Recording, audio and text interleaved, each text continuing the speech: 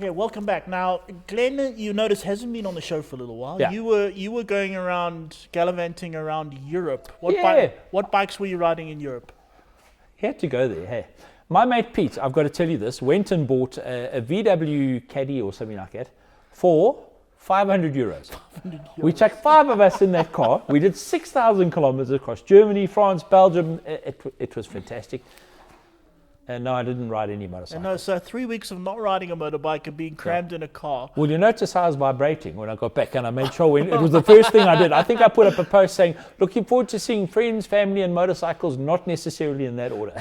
In your brain, you were going motorcycles. Yeah, you do miss your bike. And I would have loved to have a bike there. The riding out there, Germany is nothing like you'd expect. Go and visit it. It's all wide open roads, beautiful condition. The Autobahn is interesting. What a motorcycle country. And I saw lots of bikes when I was there. It was really cool. Yeah. Now, interestingly, we got this. It's called a Suron. There we go. So we were at Stofskop. You were there. Yeah. And Greg Gildenes. Yeah, he's like a multiple South African superbike champion. Yeah, he's taken up motocross in that. And he arrived at Stofskop on one of these. And I said, electric bike. Yeah, one of these. I said, that's interesting. Where'd you get that from? So he introduced me to the importers, and I said, okay, we'll make a plan. We're going to get these things into the magazine. We'll see what we can do. And it took us a little while, and eventually he phoned me the other day. He saw the other piece that you guys put on, and he said, well, when are you going to do my bikes? So we did. So we previously, you might remember last week on the show, week before on the show, we had the Tromox. Yes, Tromox. Which is similar kind of thing. That was here when I arrived. I didn't get much opportunity to ride it. That was a dual purpose. So it was roadworthy and suitable for the bush. Yeah. These are little dirt bikes, I tell you what. They really are good. But I think what we're getting to, the reason there's so much electric coming through, when I was abroad, I hate to sound like a whinwee, you couldn't help but notice how many electric bikes and how many electric cars are running around. It's incredible. You'll go to a place like Amsterdam and somebody whizzes past you like this. Yeah. Electric it's genuinely really, really a thing. These things are, you've ridden one. They are, the performance is unbelievable. Lightning. It's a good word. Well, that's the whole thing. As you open the throttle, it's linear. There's no lag like you have on a petrol pass. There is another. I mean, where Glenn lives here, it's not quite a plot, but I mean, there's a whole lot of houses around. Next door, he's got a whole bunch.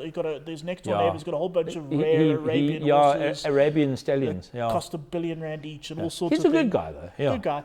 But behind, there's a whole lot of open felt with tons of nice trails. He's got 2 teenage sons, and when they get on their KTMs and gases and blast around, the horses get scared. The owner gets upset. The owner talks to his wife. His wife gets upset, and then he gets upset. You know the usual. Somebody starts a motorbike on a Sunday, and the world falls down, and that's it. However, with these, they've had them for like a week. Yeah. Kids have been in and out. Nobody said a word. Exactly. And they are fast. They've even been buzzing up and down on the tar just to see how fast they can go. You know what I mean? And there's not a single soul who has complained. So they do have their place. And we've discussed it before.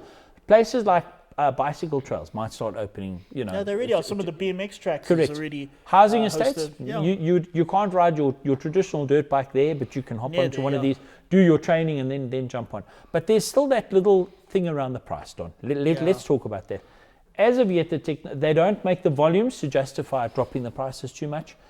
They are kind of pricey. I don't have an exact figure on these, but that Tromox came in at, I think the final was 135,000. Yeah, on their website said 180. Yeah, so I happily on the show said 180. Go, that's quite a lot of money. We phoned them because there was a bit of, anyway, it doesn't matter, but it's still a fair chunk of cash. So for 135 odd grand, you can still buy yourself a decent used motorcycle.